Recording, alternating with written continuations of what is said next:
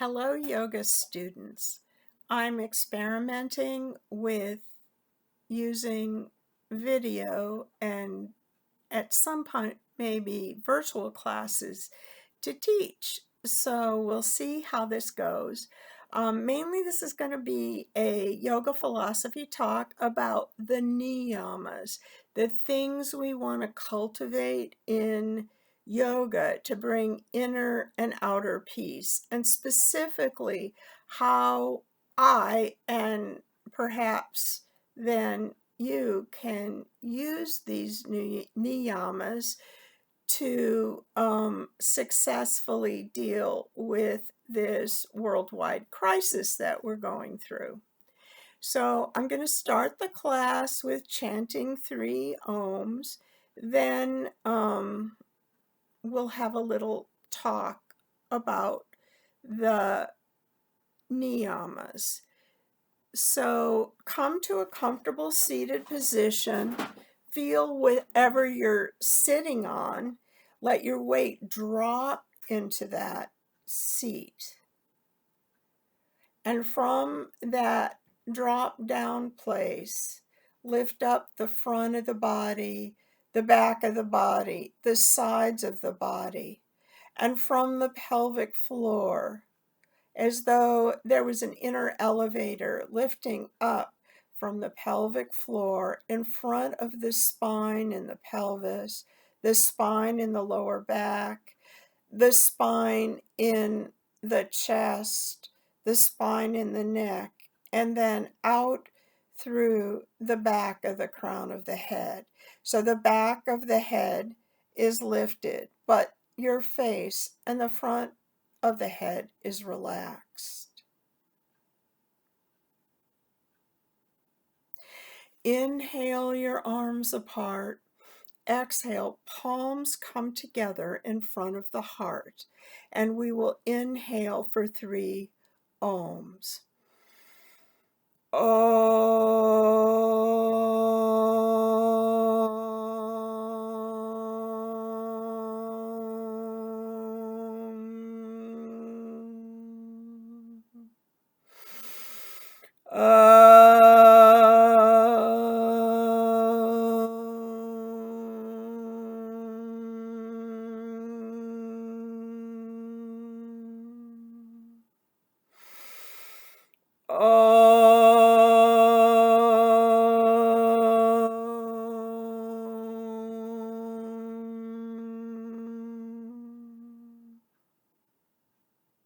Allow your hands to come to your thighs. Gently bow your head and slowly open your eyes, allowing the world to come into you rather than your attention going out. Now, the niyamas are the second limb of yoga, and they're about qualities we want to cultivate inside of ourselves to create peace inside of us and peace in our interactions with the outside world. There are 5 of them. The first one is sausa in Sanskrit, meaning cleanliness. Some people say purity. And in this current crisis, I think focusing on an awareness of cleanliness in our personal environment is really important for personal safety. Washing our hands a lot, washing surfaces that might have come in contact with someone else, just being aware of what you touch and what you're in contact with. In things coming in from outside into our homes, or when we go outside as to the grocery store, of making sure that when we come back in that we clean our hands. clean things that might have come in touch with something that might be contaminated. And I suppose also when we're out there in the world, being aware of what we touch, maybe wearing gloves at the grocery store, um, or washing your hands again when you come in from the outside. So that's sausa, or cleanliness. The second one is santosa, which is about cultivating contentedness. And I call this radical acceptance because honestly, before you can come to contentedness with the way things are, you have to at least accept the way things are. And it seems like our brains think they're more powerful than they are. And if we think about things and rethink about these things, or fault find with ourselves or others, that somehow we can change an unpleasant reality that we don't like. It ain't true. To deal with something, well, you first have to embrace the situation to the best of your ability and just let go of all the might have beens, could have beens, if only the Chinese government, if only our government, if only I had not this, that, the other thing. Um, just go, you know what? I'm not going to do that. All it's going to do is make me miserable, and it's going to get in the way of making this situation optimal for me. So, coming in touch with what our situation, and, internationally, and what our situation is personally, and then just allowing ourselves to accept that this is the way it is. And my experience with dealing with this in much smaller situations is, once I accept and come to center that creative force, which I look at as the meaning of Om, which is the sense of, quote, God creating the universe. There was nothing, and then there was Om, and the universe was created. That we are capable, when we're centered, of creating something positive out of the situation. And honestly, I found it to be true. Once I accept something, all of a sudden I'm dealing with it.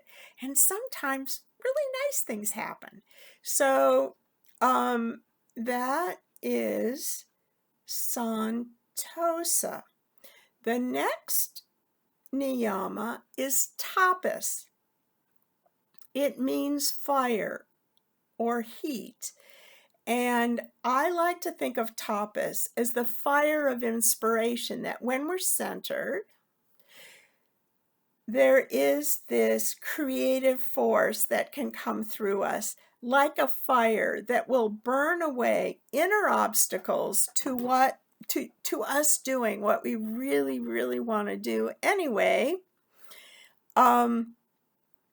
Burning through those inner obstacles, which are, I've tried this before, it hasn't worked, I'm not good at this. I'm not good at computers.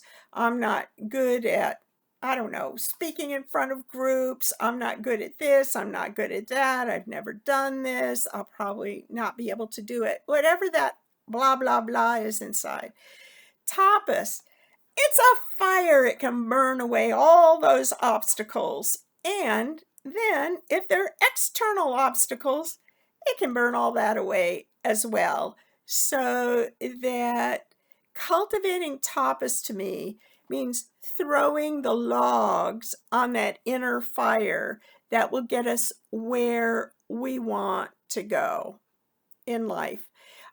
It's when you read about tapas, there's a lot of words used, disciplines, austerities, like this external beating on yourself to accomplish things. It almost seems like it's mental. I don't buy that. I really think of tapas is that inner fire, and you just want to throw logs on that so you're not beating on yourself to do something. You just are energized to keep going on something because you have that vital fire in you that's energizing you to accomplish what you already want to do. So then we'll go to the next niyama, which is svadhyaya, or self-study. There are two kinds of self-study. One is studying yourself, who you are as an individual human being, your gifts, the things you're maybe not so good at, just awareness of who you are, how you respond to things, how you react to things, what you like, what you don't like, etc. That's svadhyaya of the self. But then there's also a kind of svadhyaya that has to do with who you are as part of the human condition, as a human being. And that could be spiritual or religious studies. It could be the study of yoga. It could be reading philosophy, psychology. The in my head, you guys know I'm not part of any organized religion, but Lives of the Saints. That popped in because I'm thinking, studying the lives of people you admire or who have been in a similar situation to you and come out the other side. That is also svadhyaya because, one, we are unique human beings, but we also share a lot with our fellow human beings and can learn about ourselves through the experiences of others. So that's svadhyaya. The fifth and final niyama is called Isva Pranadhana, and it has to do with cultivating faith. It might be faith in a higher power. It could be faith in yourself, remembering the difficult things you have had to deal with in your own life and realizing, yeah, I can do this. I can get on. And also faith in our fellow human beings, because even though we mainly notice when people don't do what they're supposed to, or the failings of how we've kind of been burned by other human beings, there's also this realization that we wouldn't survive if other human beings didn't supply us electricity, um, phone service, cars, gasoline service, whatever we use in our lives. There are a lot of people out there working hard so that we can live the way we do on a day-to-day basis. So that is for pranadhana, faith, connecting with the reality that we're not alone here, that there is support from outside of our personal self if we choose to reach for it, either spiritually or in community. So those are the 5 niyamas, and I'm going to end the class by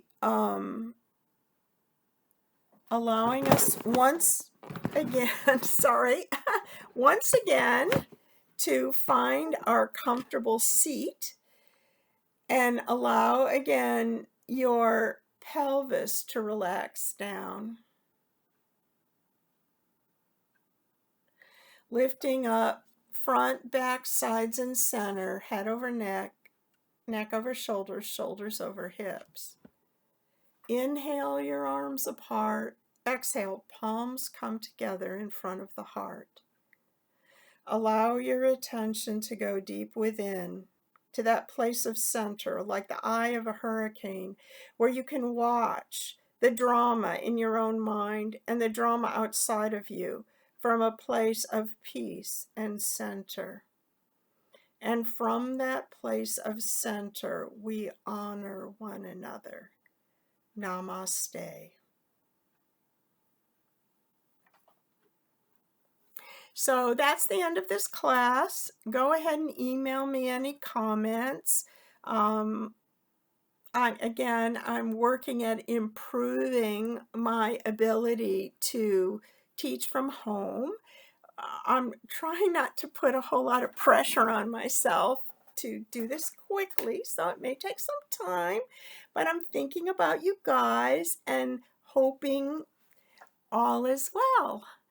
And remember that you are creative beings. Find that creative center and be able to make the most of this difficult time. Again, namaste.